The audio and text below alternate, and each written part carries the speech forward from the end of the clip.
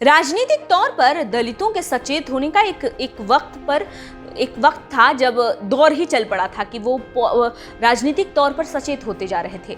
तो वहीं एक और गौर करने वाली बात जो है वो ये कि उन्हें हमेशा से ही भारत में आरक्षण दिया जाता रहा है। तो दूसरी तरफ दलित पॉलिटिक्स को एक्टिव करने का जो पूरा का पूरा श्रेय बिना किसी संदेह के जाता है वो नाम कांशीराम का है। तो आज के इस वीडियो में हम जानेंगे उन्हीं कांशीराम के बारे में कुछ ऐसी अनसुनी बातें, अनकही बातें जिसे आप भी नहीं जानते होंगे। वो बातें जानेंगे जिन्होंने बहुजन समाज पार्टी के संस्थापक कांशीराम को दलित पॉलिटिक्स का एक मजबूत चेहरा बना डाला। सब कुछ जानेंगे, लेकिन उससे पहले अगर आपने हमारा ये चैनल अभी तक सब्सक्राइब नहीं किया तो जल्द कर लें। अगर आपको ये वीडियो पसंद आए तो वीडियो को फटाफट लाइक करें और ज्यादा से ज्यादा शेयर करें। डॉक्टर भीमराव अंबेडकर की तरह कांशीराम भले ही चिंतक और बुद्धिजीवी न रहे हों, पर ऐसे कई तर्क हैं जिससे ये कहा जा सकता है कि कैसे अंबेडकर के बाद कांशीराम ही वो चेहरा रहे थे जिन्होंने इंडियन पॉलिटिक्स और समाज में एक बड़ा बदलाव लाने वाले के तौर पर अहम रोल निभाते रहे।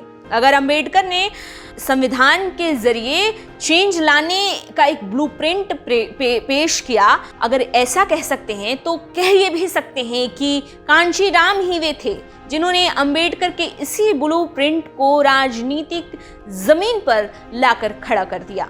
पंजाब के एक दलित परिवार में कांशीराम पैदा हुए और बीएससी की पढ़ाई के बाद क्लास 1 ऑफिसर वाली सरकारी जॉब की उन्होंने।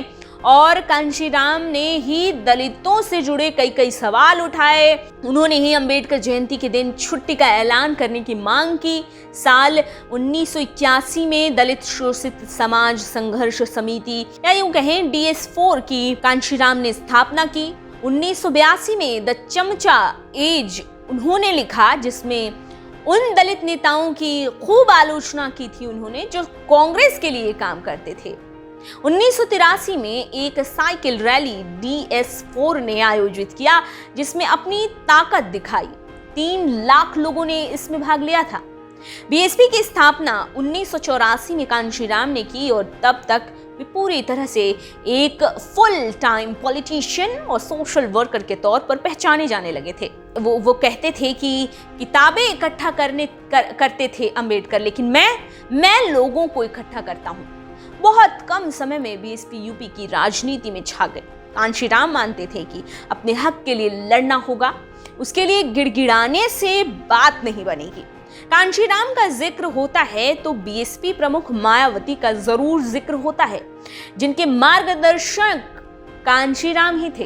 कांशीराम की राजनीति को मायावती ने भले ही आगे बढ़ाया हो और बसपा में उन्होंने ताकत भले ही भरी हो, पर कांशीराम की तरह वो कभी भी एक पॉलिटिकल थिंकर नहीं रही।